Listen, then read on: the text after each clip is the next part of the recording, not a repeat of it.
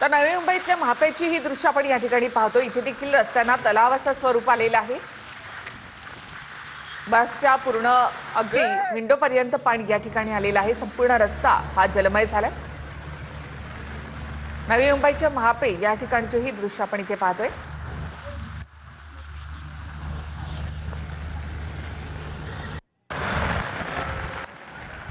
तर कुर्ला भागामध्ये सुद्धा असा पूर्णतः जलमय हा भाग झालेला आहे। तर चार चाकी वाहनं जी आहेत ती सुद्धा या पाण्यामध्ये अडकून पडली आहेत, त्या रस्त्यावर अडकून पडलेली आहेत। बस देखील मोठ्या प्रयत्नानं या ठिकाणून बाहेर काढण्यात यश येत आहे। कल्याणला जाणारी ही बस नवी मुंबईतल्या महापे या ठिकाणचे ही दृश्य। मध्य आणि हार्बरवरची लोकल सेवा देखील ठप्प झालेली आहे। त्यानंतर रस्ते मार्गाने जाण्याचा प्रयत्न लोकांकडून केला जातोय, मात्र संपूर्ण रस्ते देखील जलमय झालेले आहेत। कुर्ल्याची ही दृश्य आपण या ठिकाणी पाहतोय। मिठीचं पाणी या ठिकाणी आलेलं आहे आणि त्यामुळे इथलं पाणी अद्याप ओसरत नाही। तर नवी मुंबईतल्या महापे या ठिकाणची ही दृश्य, एक गाडी देखील या पाण्यामध्ये अडकून पडलेली आहे आपण पाहतोय। तर दुसऱ्या बाजूला बस मात्र या ठिकाणी मोठ्या प्रयत्नानं या ठिकाणी बाहेर काढली जाते। तर रस्त्याला देखील या ठिकाणी पूर्णतः तलावाचं स्वरूप आलंय।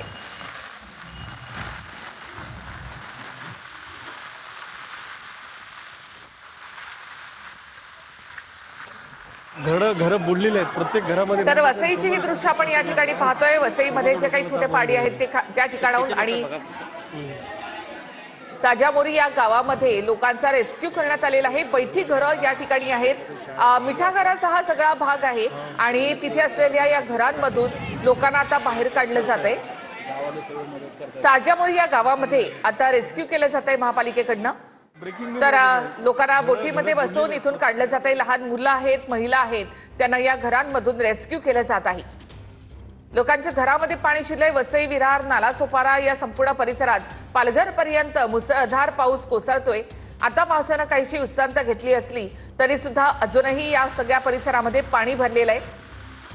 लहान मुलं, महिला, वृद्ध यांना या बोटीमधून रेस्क्यू केलं जातंय। एनडीआरएफच्या पथकाकडनं आतापर्यंत 150 लोकांना रेस्क्यू करण्यात आलेलं आहे। साजामोरी या गावामधली ही दृश्य आपण पाहतो। याची पाहणी करण्यासाठी मंत्री गिरीश महाजन आता तिथे दाखल झाले। तर वसईच्या साजामोरी गावातली ही दृश्य आपण या ठिकाणी पाहतोय। दरवर्षी या संपूर्ण भागामध्ये पाणी भरत असतं। या गावातल्या जवळपास 150 नागरिकांचा रेस्क्यू करण्यात आलेला आहे। एनडीआरएफची 2 पथकं या ठिकाणी दाखल झाली आहेत आणि एनडीआरएफच्या पथकाकडनं या लोकांना रेस्क्यू केलं जात आहे। महापालिकेकडनं त्यांना अंगणवाडी किंवा शाळांमध्ये राहण्याची सोय करण्यात आली आहे। एनडीआरएफच्या पथकाकडून 150 नागरिकांचा आतापर्यंत रेस्क्यू करण्यात आलंय। वसईच्या साजामोरी गावातली ही दृश्य आपण इथे पाहतोय। मुसळधार पावसामुळे हा संपूर्ण भाग जलमय झालाय।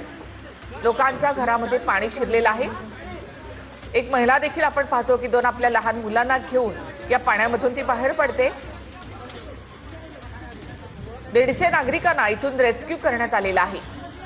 या सगळ्या नागरिकांच्या घरामध्ये पाणी शिरलंय। जोपर्यंत पाऊस पूर्ण थांबत नाही तोपर्यंत इथलं पाणी ओसरणार नाही आणि त्यामुळे इथल्या नागरिकांना रेस्क्यू करून अंगणवाडी किंवा शाळांमध्ये त्यांना स्थलांतरित करण्यात आलेलं आहे। एक महिला आपल्या 2 लहान मुलांना घेऊन या पाण्यामधून बाहेर पडताना एनडीआरएफच्या पथकाकडनं 150 नागरिकांचं या ठिकाणी रेस्क्यू करण्यात आलेलं आहे। दरवर्षी मुसळधार पावसामुळे सखल भाग असल्यामुळे या भागामध्ये पाणी साचलं। लोकांच्या घरामध्ये पाणी शिरतं। दोरीच्या सहाय्यानं, बोटीच्या सहाय्यानं इथे आता लोकांना बाहेर काढलं जातं। खांद्याच्याही वर या ठिकाणी पाणी भरलेलं आहे। लोकांची घरं आहेत, दुकानं आहेत, त्या ठिकाणी देखील आता पाणी शिरलंय।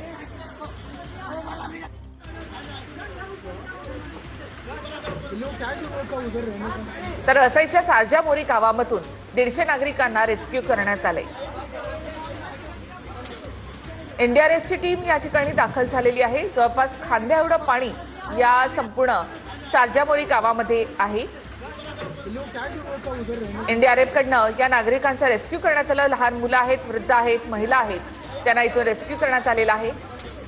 घरांमध्ये देखील आपण पाहतो की किती पाणी या घरामध्ये शिरलेलं आहे।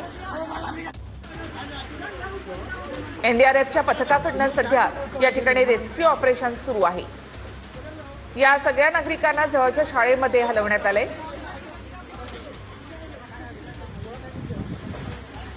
मुसळधार पावसामुळे हा संपूर्ण भाग जलमय झालाय।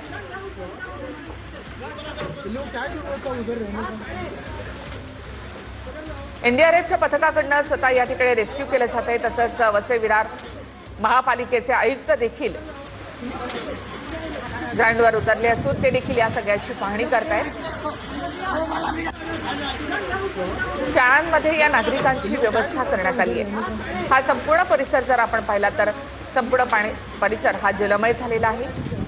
घरामध्ये अडकून पडलेल्या नागरिकांना इथून आता बाहेर काढलं जातंय।